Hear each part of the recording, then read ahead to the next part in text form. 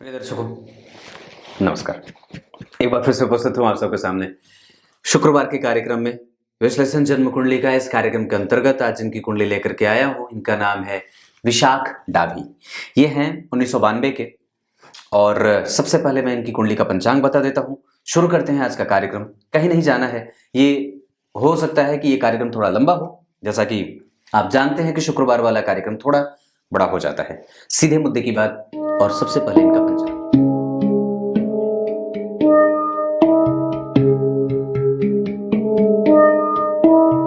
विक्रम संवत 2048, शक संवत 1913। जिस संवत्सर में इनका जन्म हुआ है, ध्यान से देखिए, अब कार्यक्रम शुरू होने वाला है, हो ही गया है। जिस संवत्सर में इनका जन्म हुआ है, इस संवत्सर का नाम पार्थिव संवत्सर है। और ऐसी स्थिति में व्यक्ति धार्मिक, धर्म का धुरंधर और बड़ा ही अलौकिक दृश्यों का दर्शन करने वाला होता है। मतलब व्यक्ति जो है वो सुंदर चीजों को देखने के पीछे भागने वाला होता है। सुंदर, ये जो चीज आकर्षित करती हो, उसके पीछे व्यक्ति जो है वो अपना समय और धन खर्च करता है। उत्तरायण में जन्मे होने के कारण व्यक्ति का आत्मबल, जैसे कि अब तो लगभग लोग जान ही गए हैं, हमारे जितने भी दर्शक हैं प्रत्येक दिन वाले, कि उत्तरायण में जो है वो शुभ ग्रहों का प्रभाव बढ़िया हो जाएगा। मतलब शुक्र, मतलब गुरु, मतलब बुध, मतलब चंद्रमा। ये और उत्तरायण में होने के कारण ही व्यक्ति के पास धन की समस्या नहीं होती है। व्यक्ति धन बढ़िया कमा लेता है और नाम भी बढ़िया कमा लेता है, यशोवान होता है। उत्तरायण में जन्मे होने से व्यक्ति के पास आत्मबल की अधिकता रहती है। वो कभी भी नेचर वाइज कभी भी गलत और निंदनीय कृत्य नहीं करेगा, और उसके जीवन में पिता और माता दोनों का सहयोग हमेशा मिलता रहता है। शिशिर ऋतु, शनि के ऋतु में जन्म होने से व्यक्ति का काम थोड़ा बहुत विलंब से होता रहे। और इस कुंडली के लिए वैसे भी शनि बहुत अच्छे होते नहीं, सामान्य होते हैं। इस कारण से भी व्यक्ति जो है वो कई बार ऐसे उसके विलंब में, जो काम में विलंब की स्थिति बनती है। शुक्ल पक्ष के अष्टमी तिथि के चंद्रमा पापक होते हैं। वैसे कुछ ग्रंथों में शुक्ल पक्ष के नौमी तिथि से जो है वो चंद्रमा को शुभ ग्रह कहा जाता है, पर यहाँ पे शुक्ल पक्ष के अष्टमी तिथि में भी अगर बात कहें तो अब यहाँ पे जो है वो धन व्यक्ति प्राइवेट सेक्टर से भी कई बार कमाता हुआ देखा जाता है, या फिर अगर स्थिति बने तो अर्ध सरकारी क्षेत्रों से भी व्यक्ति पैसे कमा सकता है। मंगलवार के जन्मे होने से व्यक्ति तेज से युक्त है, प्रभाव से युक्त है, संपन्नता रहेगी, भाग्य का बल मिल जाता है, और व्यक्ति ज्ञान से संपन्न भी होगा, क्योंकि पंचमेश मंगल होते हैं। और मंगल के प्रभाव से युक्त होने के कारण व्यक्ति जो है वो तीव्र है। और सबसे जो अच्छी बात है वो ये है कि व्यक्ति कभी भी निंदनीय कृत्य नहीं करेगा और गलत लोगों के साथ उठक बैठक नहीं करेगा। मतलब उसकी जो स्थिति है वो कभी भी गलत और जो है वो समाज के कुत्सित जो लोग हैं, वो ऐसे विचारधारा जो धारण करने वाले लोग हैं, उससे व्यक्ति जो होता है वो थोड़ा दूर रहता है। ये एक अच्छी बात है। कृतिका नक्षत्र में जन्मे होने से सूर्य का प्रभाव जातक के जीवन पे ज्यादा अच्छा। इसका मतलब है कि व्यक्ति सूर्य यानी कि सरकार, और सूर्य यानी कि आत्मा, सूर्य मतलब पिता, सूर्य मतलब उसकी महत्वाकांक्षा, ये सब उसके जीवन में रहेंगे और सबका व्यक्ति लाभ भी प्राप्त करता है। एक बात बताऊं, एक बड़ी अद्भुत बात यह है कि व्यक्ति की कुंडली में अगर सूर्य महत्वपूर्ण भूमिका में होते हों, या अगर वो अच्छे बन रहे हों कुंडली में, या अच्छे बैठे हों, तो बहुत सारी समस्याएं स्वतः ही समाप्त हो जाती हैं। क्योंकि व्यक्ति जो होता है वो स्वयं ही उसको इतना उसका तेज होता है, इसका उतना प्राबल्य होता है कि जितनी भी समस्याएं आती हैं वो स्वतः ही खत्म होने लगती हैं जैसे ही व्यक्ति उसके निकट पहुंचता है। तो ये एक अच्छी बात है। ब्रह्म योग में जन्मे होने के कारण व्यक्ति ब्रह्म के सदृश, अकेले रहने वाला, शांत रहने वाला। अब जिनकी कुंडली है उसको ये बात बहुत अच्छे से गंभीरता से समझना होगा कि अगर ये जो गुण मैं बता रहा हूं वो आपके अंदर विद्यमान है, और अगर वो आप उनको अभी तक नहीं पहचान पाए हैं, इसका मतलब है कि उसको पहचानने की आवश्यकता है और उसको समझना भी होगा। आप लोग कार्यक्रम अंतिम तक देखा करिए। ऐसा मैं इसलिए कहता हूं कि मैं व्यूज पाने के लिए कई बार ऐसा नहीं है कि कार्यक्रम में जो अच्छी बात होती है वो आगे बता देता हूं और बाद में जो है वो कुछ भी घसीट देता हूं। मुझसे ये होता ही नहीं है। मैं जब जिसकी आवश्यकता होती है वही उसी समय बताता हूं। जो मूल बात है वो कई बार मैं बीच में भी बता देता हूं, जो अच्छी बात होती है वो बीच में भी बता देता हूं। इस वजह से कार्यक्रम अंतिम तक देखा करिए। ब्रह्म योग में जन्मे होने के कारण मैंने एक बात देखी है कि व्यक्ति अकेलापन और शांति का पालक होता है। अपने हित मित्रों के पीछे खर्च करने वाला होता है और खुद जो होता है वो स्वयं वैरागी हो जाता है, या भगवान शिव के सदृश। भगवान शिव ने क्या करा था, लंका दे दी थी रावण को और स्वयं जो है वो कुटीर में रह रहे थे, या कहीं पे भी पहाड़ के बीच में, बर्फों के बीच में। ठीक वही स्थिति व्यक्ति होता है कि अपने कुटुंब को सब कुछ दे देता है और उसके कुटुंब उससे उसका लाभ भी उठाते रहते हैं। ये बात भी दिखता है।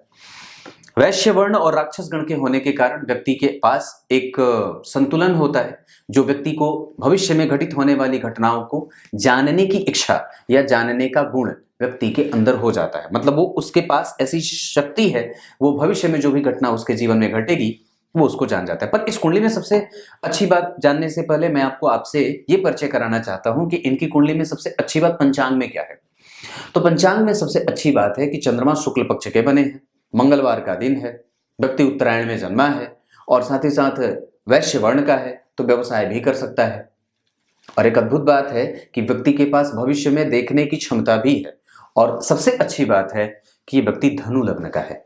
अब इस लग्न के बारे में मैं 2 मिनट अगर बोलना चाहूं, व्यक्ति धर्मज्ञ है, धर्मनिष्ठ है, कर्तव्य परायण है, पर अनियमित है। उसका जो डेली लाइफ होता है वो कई बार अनियमित होता है। मतलब वो नियम कानून तो खूब बनाए पर उसको फॉलो नहीं करता।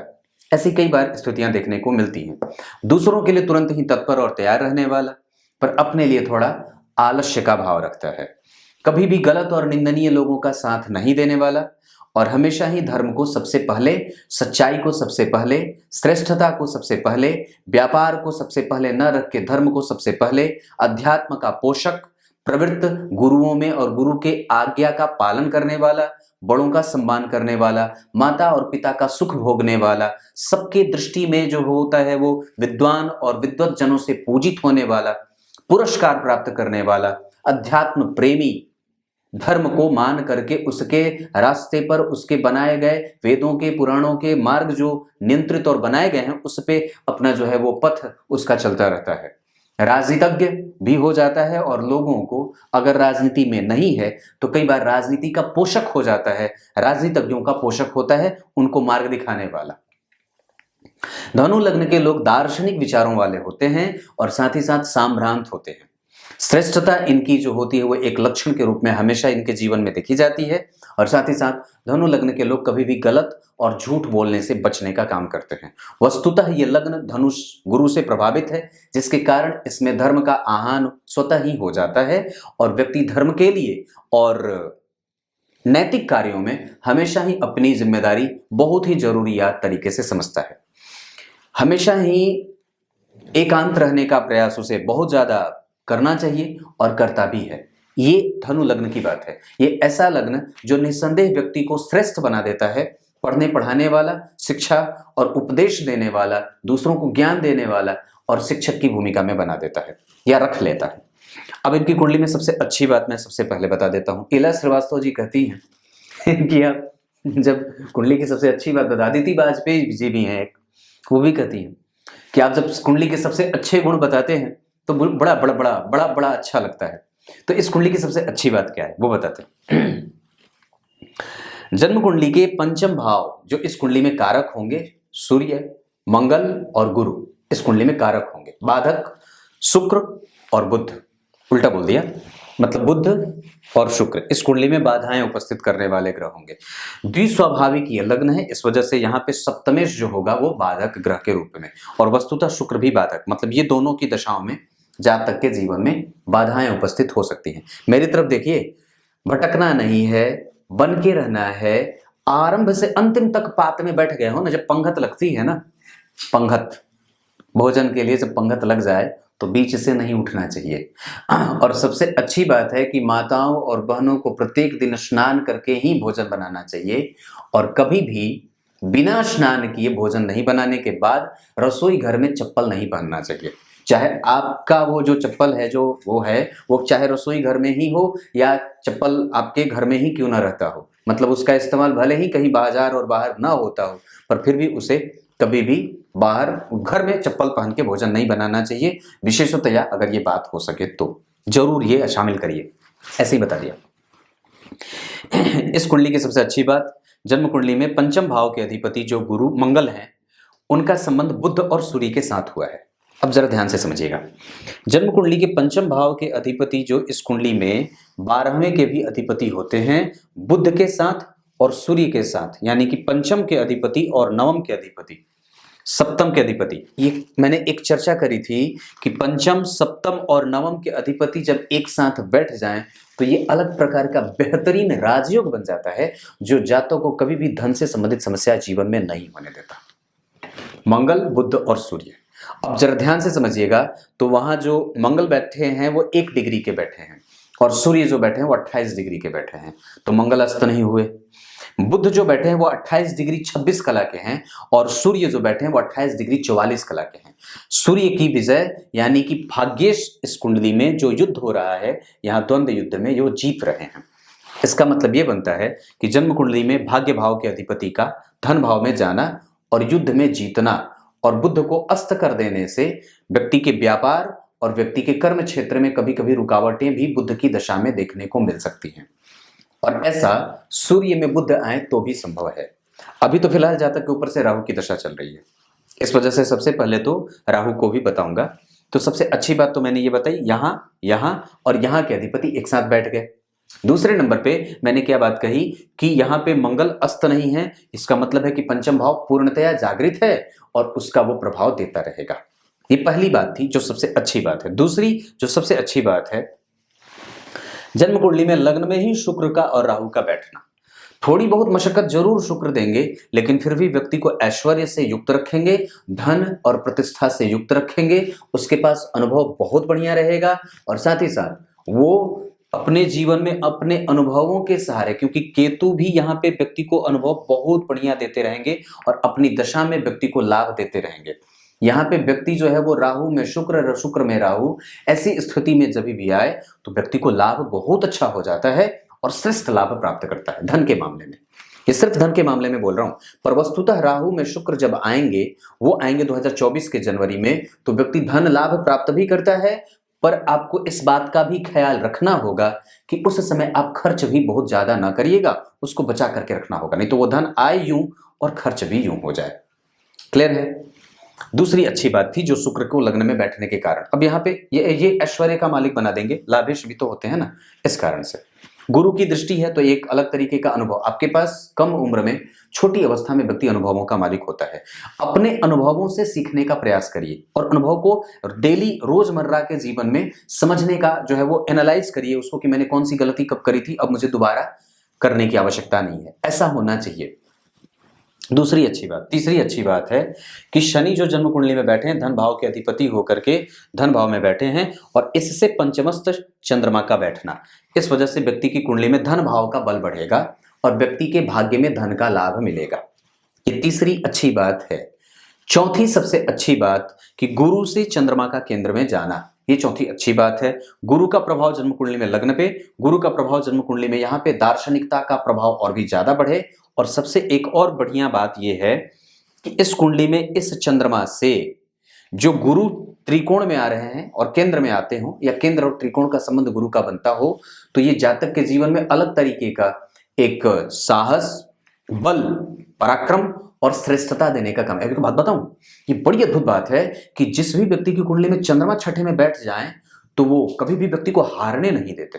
और ये सबसे अच्छी बात है, जो चंद्रमा के कारण जो विपरीत राजयोग बन रहा है, मतलब जो 8वें भाव के अधिपति हैं और विपरीत स्थिति बना करके व्यक्ति के जीवन में केंद्र में गुरु होने से इस भाव का बल बढ़ेगा, क्योंकि आगे गुरु और पीछे केतु शुभ ग्रह की राशि में, ये अच्छी बात होगी। हालांकि केतु यहाँ पे थोड़े बहुत परेशान जरूर करेंगे दाम्पत्य को, लेकिन फिर भी इस भाव को एक अलग नेचर मिलेगा और व्यक्ति के प्रगाढ़ता में, धन में, पैतृक संपत्ति में कई प्रकार का विक्षोभ होने के बाद भी उसको वो प्राप्त कर जाता है, मतलब उसकी संपत्ति कोई हड़प नहीं सकता है।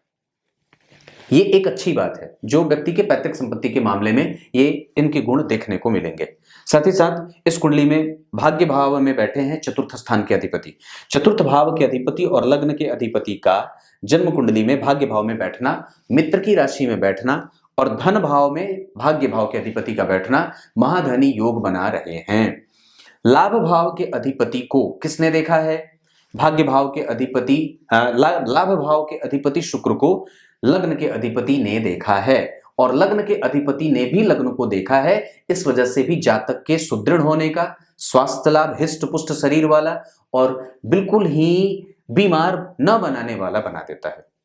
यहां पे मंगल की दृष्टि यहां नीच की पड़ेगी, इसके कारण यहां के अधिपति से उसके संबंध नवम पंचम के बन रहे हैं। चंद्रमा और मंगल का संबंध एक दूसरे से नवम पंचम का व्यक्ति के जीवन को श्रेष्ठ बनाने में लाभ देगा। मतलब चंद्रमा की दशा, मंगल की दशा, मंगल में चंद्रमा की दशा, गुरु में मंगल की दशाएं, ये सब जातक के जीवन में लाभ देने वाले बन सकते हैं। ये अच्छी बात है। इनकी कुंडली में जरा ग्रह को समझिए। एक भाव यहां जिसने ग्रह को बिठाया है, एक भाव यहां जहां ग्रह बैठे हैं, एक भाव यहां जहां एक ग्रह बैठा है और एक भाव यहां जहां ये ग्रह बैठे हैं। शुक्र, राहु और केतु को इसमें नहीं लिया जाता है। इसका मतलब यह होता है कि जब किसी भी जातक की कुंडली में क्रमशः जितने भी ग्रह हैं वो चार ही घरों में बैठ जाएं तो इसे अच्छा माना जाता है और व्यक्ति सुख का, व्यक्ति संपत्ति का, व्यक्ति साम्रांत परिवार से आने वाला और श्रेष्ठतम स्थिति को प्राप्त करके जीवन यापन कर लेता है। मतलब ऐसी अवस्था अच्छी मानी जाती है और इसे अच्छा कहा जाता है। क्लियर है? ये यहां तक बात खत्म। अब इनकी कुंडली में मैं सबसे पहले भगवान सूर्य, यानी कि जो स्वयं हमारी कुंडली में भगवान राम बन के उपस्थित होते हैं, भगवान सूर्य की कुंडली की स्थिति बता देता हूं। धनु लग्न की कुंडली के लिए सूर्य भाग्य भाव के अधिपति होकर के धन भाव में बैठे 28 डिग्री के, थोड़े कमजोर और जन्म कुंडली में वो बैठे हैं धनिष्ठा नक्षत्र मंगल के नक्षत्र में, मंगल के साथ, और वो मंगल सूर्य के नक्षत्र में। अब जरा ध्यान से समझिए, मैंने क्या बात कही थी, इधर देखिए मेरी तरफ। जन्म कुंडली में मैंने क्या बात कही थी, हर बार कही है, नक्षत्र का परिवर्तन सबसे बड़ा परिवर्तन होता है। और इनकी कुंडली में किसने परिवर्तन करा है? पंचम भाव के अधिपति के साथ नवम भाव के अधिपति का नक्षत्र का परिवर्तन होना व्यक्ति के जीवन में साहस, व्यक्ति के जीवन में गलत और निंदनीय काम में कभी भी किसी का सपोर्ट न करने वाला और हमेशा ही उत्तराधिकारी बनाने वाला, मंत्री के पद तक व्यक्ति को पहुंचाने वाला, राज्य मंत्री और बड़े बड़े राजनीतिक दलों का साथ निभाने वाला और उनको सलाह देने वाला बना देता है। क्लियर है? यह सबसे अच्छी बात हो सकती है। जितनी भी मैंने बातें बताई हैं अभी तक, उनमें सबसे अच्छी बात यह हो सकती है कि जन्म कुंडली के नवम भाव के अधिपति और जन्म कुंडली के पंचम भाव के अधिपति एक साथ बैठ करके जातक के जीवन को श्रेष्ठ बनाने का काम कर रहे हैं। क्लियर है? दूसरे नंबर पे अगर सूर्य के ऊपर आप देखें तो किसी भी ग्रह का कोई प्रभाव नहीं है। लग्नेश लग्न को देख रहे हैं, लग्न बली हो जाएगा और साथ ही साथ लग्नेश वक्री है 18 डिग्री 5 कला के साथ, जहां वो युवावस्था के होने के बावजूद थोड़े बहुत व्यक्ति को पेट का रोग देने वाले बन रहे हैं, जहां जातक पित्त से संबंधित और वात से संबंधित तो थोड़ा कम, पर पित्त से संबंधित समस्याओं से गोचर करता रहेगा। मतलब उसकी जो है वो भिड़ंत होती रहेगी। चाटुकार है, मसालेदार, भोजन पे नियंत्रण न रखे और भोजन खूब अच्छा और पसंदीदा करना चाहता है। उसके जीवन में कई लोग आएंगे, कई लोग आते। क्लियर है यहां तक? मतलब सूर्य की स्थिति इस कुंडली के लिए अच्छी होगी। पर एक बड़ी अद्भुत बात बताता हूं, मैंने भी ये बात कई बार कही है, इधर देखिए, मैंने भी ये बात कई बार कही है कि सूर्य, बुध, शुक्र जब एक साथ बैठ जाते हैं तो जन्म कुंडली को कमजोर करते हैं। पर ध्यान से समझिएगा तो छठे स्थान के अधिपति का लग्न में बैठना, छठे स्थान के अधिपति का लग्न में बैठना और चतुर्थ स्थान के अधिपति द्वारा देखा जाना सरकारी नौकरी के योग भी बना रहे हैं, साथ ही साथ व्यक्ति के पैतृक संपत्ति का लाभ भी दे रहे हैं। और जन्म कुंडली में सूर्य, बुध और शनि का एक साथ बैठना, जहां पे 1 डिग्री के मंगल थोड़े कमजोर, शनि 17 डिग्री के बलवान और बुध 28 डिग्री के थोड़े कमजोर और सूर्य 28 डिग्री के कमजोर, यानी कि सूर्य, बुध और मंगल थोड़े थोड़े कमजोर हो रहे हैं पर शनि वहां पे मजबूत है। ऐसी अवस्था में व्यक्ति का धन ठीक रहेगा, क्योंकि गुरु भी 18 डिग्री के हैं जो धन के कारक हैं। अगर वो वक्री नहीं होते तो निसंदेह इनका कुछ प्रभाव यहाँ उच्च का मिलेगा। इस वजह से व्यक्ति का आध्यात्मिक नेचर बहुत बढ़िया रहे और व्यक्ति का ज्ञान पक्ष और व्यक्ति का शोधन वाला जो एक होता है ना, अन्वेषण करता, हर एक बिंदु पे बहुत ज्यादा गहराई से समझने वाला, बिना किसी गुरु के भी ज्ञान अर्जित कर लेने वाला, बिना किसी कोचिंग के भी अपना खुद से खुद की पढ़ाई कर लेने वाला और उच्चतम स्तर पे जा करके अंक प्राप्त करने वाला। पर हाँ, एक बात मैं जो यहां कहना चाहता हूं वो ये है कि अगर जन्म कुंडली में सूर्य की स्थिति कमजोर हो रही है, वो शनि के साथ बैठे हैं और गुरु वक्री हो रहे हैं, लग्न पे राहु और शुक्र का प्रभाव है, तो व्यक्ति को कई बार उसको सरकारी नौकरी पाने में मशक्कत भी करनी पड़ेगी। यहां मैं दोनों ही स्टेटमेंट दे रहा हूं, ध्यान से समझिए, यहां मैंने ये बात कही है कि चूंकि एक स्थिति जहां चतुर्थ भाव के अधिपति और छठे भाव के अधिपति का दृष्टि संबंध बनना, गुरु का शुक्र को देखना सरकारी नौकरी का योग बना दे, शनि का स्वग्रही होना और बढ़िया बैठना व्यक्ति को सरकारी क्षेत्र का लाभ दिला दे, वहीं सूर्य बुध और मंगल के कमजोर होने के कारण और दशम स्थान के अधिपति बुध के कमजोर होने और अस्त होने के कारण व्यक्ति को रोजगार में कई बार रोजगार परक संभावनाएं जो होती हैं वो जीवन में कम मिलने लगती हैं, जिसके कारण व्यक्ति के जीवन में दशम स्थान का प्रभाव कमजोर होते देखा जा सकता है। इसका मतलब ये होता है कि व्यक्ति को अपने करियर को लेकर के कभी भी कंफ्यूजन वाले स्टेट में नहीं रहना चाहिए। उसको लेकर के हमेशा ही सजग, सावधान और अत्यंत ही सटीकता से निर्णय लेने की बारी है, खास करके जब बुध की दशा चले तब। क्लियर है? चंद्रमा जो भगवान कृष्ण के रूप में हमारे कुंडली में उपस्थित होते हैं, वो आपकी कुंडली के लिए अष्टम भाव के अधिपति होते हैं। वस्तुतः यहाँ पे दो बात जो सामने आती है,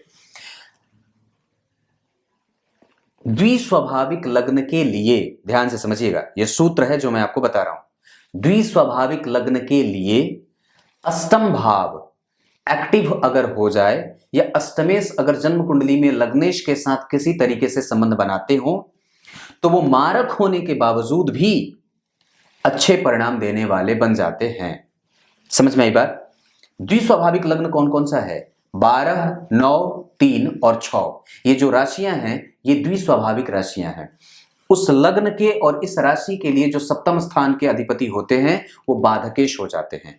साथ ही साथ अगर जन्म कुंडली के अष्टम भाव के अधिपति अगर इन राशियों का निर्माण लग्न में होता हो 3, 6, 9 और 12, तो अष्टम भाव के जो अधिपति होते हैं वो कई बार मारक होने के बावजूद भी अगर उनका संबंध लग्नेश से किसी भी तरीके से हो जाए, जैसे कि यहां हो रहा है, वो दोनों एक दूसरे से केंद्र में हैं और जन्म कुंडली में अष्टम भाव के अधिपति जो हैं वो चंद्रमा सूर्य से संबंध बना रहे हैं, जो सूर्य पहले ही नक्षत्र का परिवर्तन करके बलवान बना हुआ बैठा है। इसका मतलब यह है कि व्यक्ति के जीवन में ये जो अच्छी स्थिति बन रही है वो चंद्रमा की अच्छी कही जाएगी। वस्तुतः हो सकता है कि व्यक्ति जो है वो थोड़ा बहुत बीमार रहे, अपने आप को अस्वस्थ महसूस करता रहे। ये धनु लग्न वालों का भी एक स्वभाव होता है, वो अपने आप को हमेशा बीमार महसूस करते रहते हैं या फिर स्वतः वो होते रहते हैं या होते जाते हैं, लेकिन ये स्थिति यहाँ पे बन सकती है। लेकिन उसमें एक अच्छी बात यह है कि इस भाव को जो कमजोरी मिल रही है वो मजबूती में भी बदल रही है, मतलब उसमें तब्दीली हो रही है अच्छाई के लिए। आप समझ रहे हैं या ऐसे ही खाली मैं इधर बोल रहा हूं? इधर देखिए मेरी तरफ, मतलब ये बात अच्छी होगी अष्टम भाव के लिए भी, क्योंकि अष्टम भाव के तरफ भी गुरु का परस्पर जो है वो बल बढ़ेगा, क्योंकि 18 डिग्री के वक्री हुए हैं तो कुछ परिणाम इनका अष्टम भाव में भी आएगा। सिंह राशि के बैठे हैं और निस्संदेह वो कर्क राशि की तरफ जाएंगे तो उनका प्रभाव अच्छाई की तरफ ही बढ़ने वाला होगा। समझ में आ रही होंगी चीजें? चंद्रमा खत्म, यहां से उनकी दृष्टि यहां जाएगी, जो व्यक्ति को चिंतित, व्यथित, व्यय में रहने वाला और झगड़ा करने पे हारेगा तो नहीं, पर हाँ कभी कभी परेशानी और व्यक्ति बेवजह की चिंताओं में, कई बार जब उसके दुश्मन छोटे से भी बन जाए या कई बार जब वो किसी को हर्ट कर देता है तो बहुत ही कई दिनों तक उसके बारे में सोचता रहता है, मुझे ऐसा नहीं करना चाहिए था, मैंने ऐसा क्यों कर दिया, अपनी गलती पे बार बार पश्चाताप की अग्नि में जलता रहे। ऐसा भाव चंद्रमा की दशा में बनेगी।